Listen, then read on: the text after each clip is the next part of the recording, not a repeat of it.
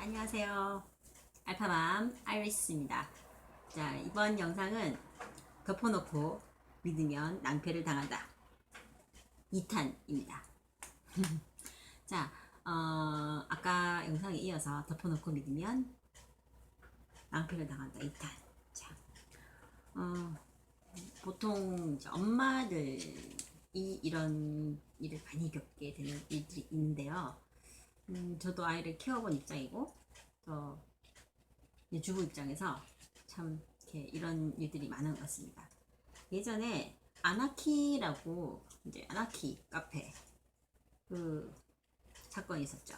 그 아나키 카페 이제 주인이 한의사였습니다. 한의사였는데 그 아나키에서 주장하고 있는 건 뭐냐면 아이에게 예방접종도 하지 않고 뭐 아파도 약 먹이지 않고 주사도 맞지 않고 그렇게 자연적으로 아이를 치유할 수 있게끔 약간 이제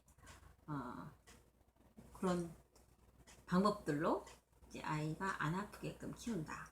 그렇게 했는데 그분이 좀 많이 편파적인 게 있었죠. 근데 만약에 엄마들이 조금 객관적으로 생각을 하고 여러 가지를 조사도 하고 했었으면 그 말에 그렇게 휘말리지 않았을 거예요. 근데 이상하게 엄마들이 그 사람의 말을 너무 맹신을 해버렸던 거죠. 그래서 아이가 정말 많이 아프고 더 이상 손도 못 쓸 정도로 아프게 되는 경우도 있었고 그런 여러 가지 사건들이 있었습니다. 그래서 이런 것만 봐도 아무리 그 이제 아나키 카페의 주인이 한의사라고 하는 한의사잖아요. 한의사. 그러니까 한의사다 보니까 정말 많은 엄마들이 그걸 믿었던 거예요.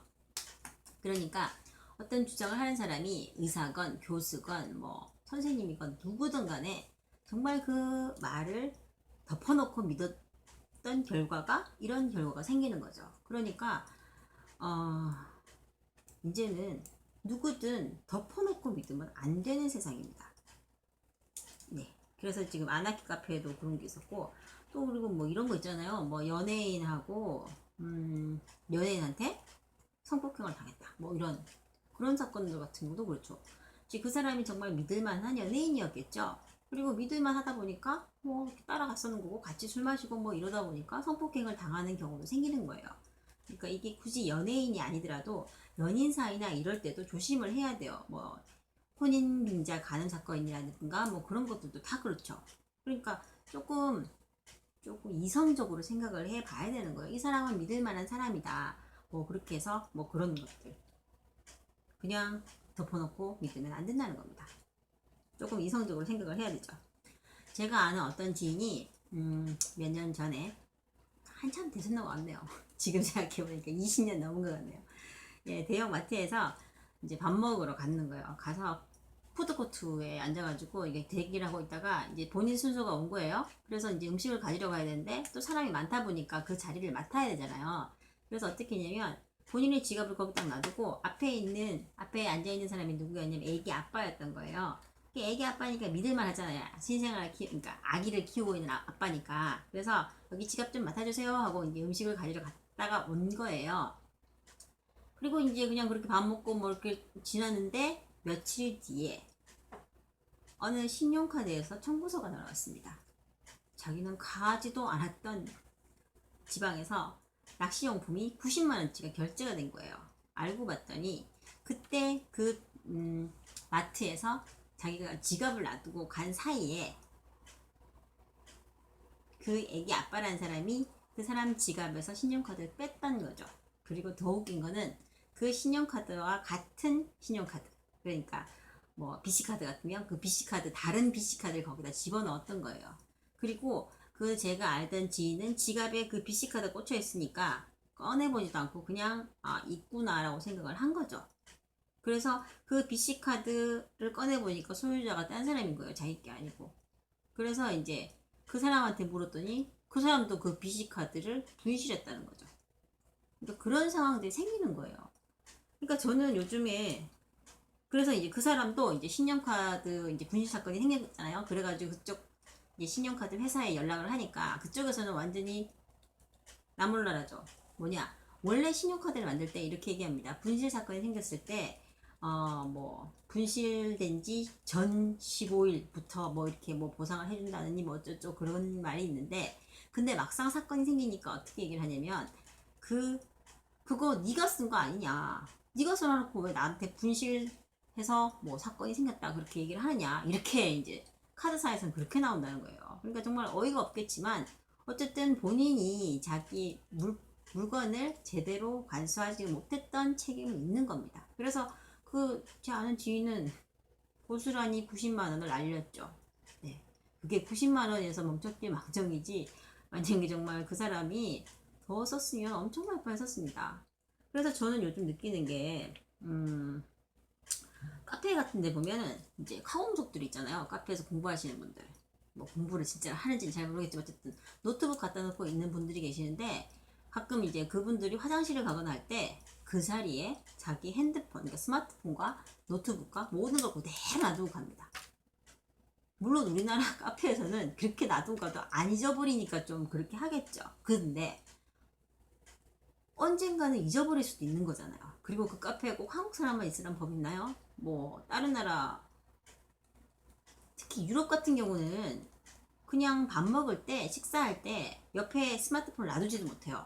슥 가져가 버리거든요.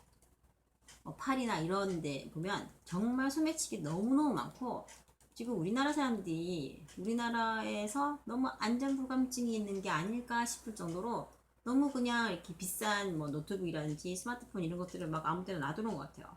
도대체 뭘 믿고 그런지 모르겠는데 덮어놓고 믿는 거죠, 옆에 사람들을. 카페에 내 옆자리에 있는 사람들이 내 걸 지켜주리라는 이상한 생각? 그런 이상한 믿음? 그런 게 아닐까요? 저는 좀 걱정이 많이 됩니다. 어떻게 그렇게 자기 물품을 관수를 저렇게 안 할까? 그런 생각. 그리고 저 같은 경우는 이제 예전에 버스 타고 이럴 때 소매치기를 본 적이 있었어요. 제 가방에 손이 들어가는 거 봤거든요. 그래서 그때는 도대체 무슨 생각으로 그랬는지 모르겠는데 갑자기 막 용감하게 그 사람 손을 탁 치고 내렸죠. 그냥.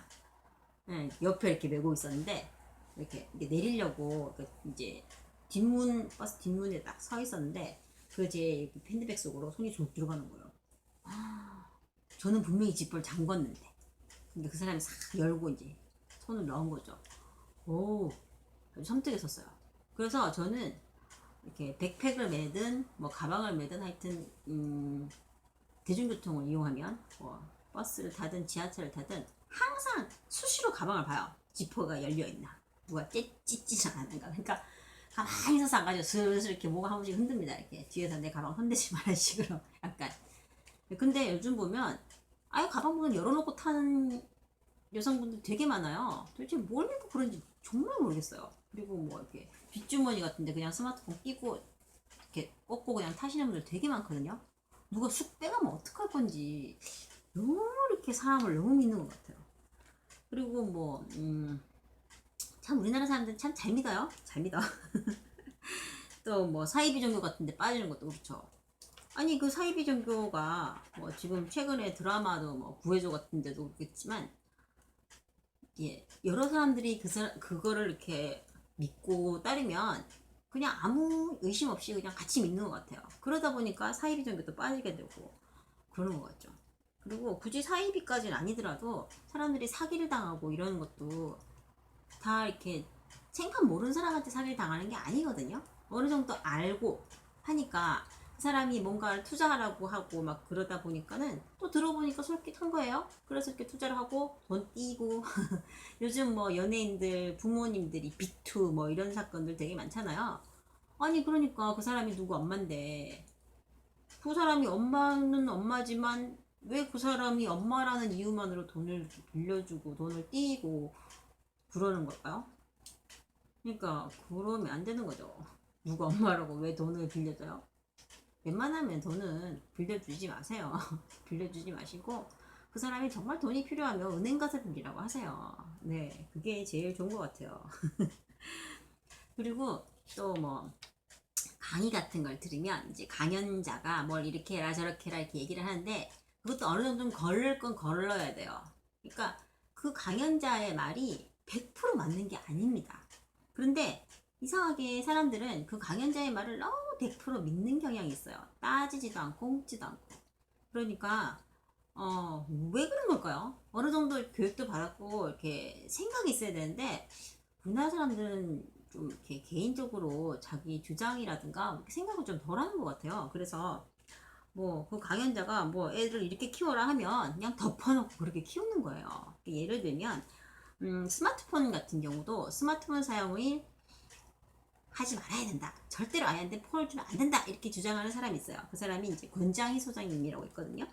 그분 얘기 들어보면 정말 스마트폰 주는 엄마는 무슨 악마 같은 그런 느낌이 들 정도로 그렇게 강의를 하세요.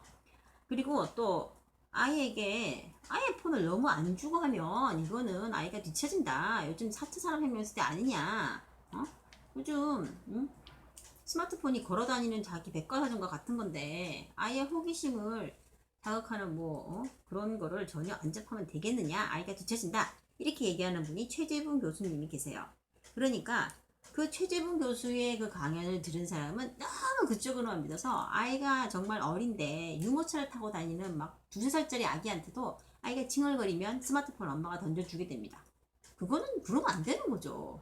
그리고 또 권장희 소장의 강의를 들은 사람들은 정말 아이가 이렇게 중고생이 됐으면 물론 스마트폰에 약간 이제 중독되고 이런 건 있어요. 하지만 또 아이들이 스마트폰이 없으면 약간 왕따를 하고 이런 것도 있거든요. 그리고 또 아이가 뭔가 궁금하고 하면 바로바로 검색도 하고 이런 것도 있는데 너무 그렇게 막 치우쳐가지고 아이한테는 절대 주면 안 돼 이러면서 엄마는 스마트폰 하루 종일 쳐다보고 있으면서 아이한테는 뭐 하면 안 된다 이렇게 주장하시는 분들도 있고 한데 뭐든 간에 한쪽 방면만 보시고 그쪽만 믿으면 안 되는 거예요. 어떤 주장을 하는 사람이 있으면 그 사람 주장도 봐야 되고 그 반대 주장을 하는 사람의 주장도 들어야 돼요. 그래서 직접 보고 판단을 해서 정말 이렇게 이성적으로 판단을 해서 결정을 내리는 게 가장 현명하다고 봅니다. 그리고 뭐 학원 같은 데도 보내도 그렇죠. 어떤 학원에서 보통 학원 다 뭐 장사잖아요. 장사니까 뭐 이것도 선행을 해야 되고 저것도 해야 되고 뭐 이거는 꼭 해야 되고 뭐 막 하면은 엄마들이 이걸 안 하면 우리 아이가 엄청나게 처지는 것 같아서 막 이것저것 다 막 하는 경우가 있어요. 그러니까 그러면 안 된다는 거죠. 정말 그걸 했을 때의 장점, 단점, 부작용 이런 것들도 어느 정도 조사를 하고 그렇게 결정을 하는 게 맞다고 봅니다.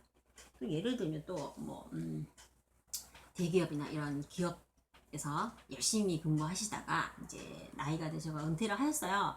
근데 보통 은퇴를 하시면 이제 자영업으로 뭐 할 게 있을까 이렇게 생각을 많이 하시는데 그러다 보면은 그냥 창업을 하는 것보다는 프랜차이즈 같은 걸 하는 게 좀 안전하다고 생각을 하실 거예요. 아무래도 검증된 거고 유명한 거고 인지도도 있고 하니까. 그런데 그 프랜차이즈 본사에서 하는 말을 내가 검증도 안 해보고 분석도 안 해보고 그냥 덮어놓고 믿는 거는 정말 위험합니다. 어떤 이제 그 장소가 정말 그 장사를 하는데 정말 도움이 되는 장소인지 그리고 이 유동 인구가 그 장사의 이제 고객으로서 이제 효과가 있는 그런 유동 인구가 많이 있는지 뭐 이런 것 저런 것들을 다 따져보고 검색을 해봐야 되는데 그냥 덮어놓고 퇴직금 탈탈 털어서 그 프랜차이즈 한다고 몇 억씩을 그 본사에다 납부를 하고 과연 그게 옳은 것일까? 그래서 뭐 이렇게 퇴직하고 뭐 치킨집 차렸다가 망하시는 분, 피자집 차렸다가 망하시는 분들 많잖아요. 그러니까 무조건 프랜차이즈라고 무조건 다 잘 되는 게 아니에요.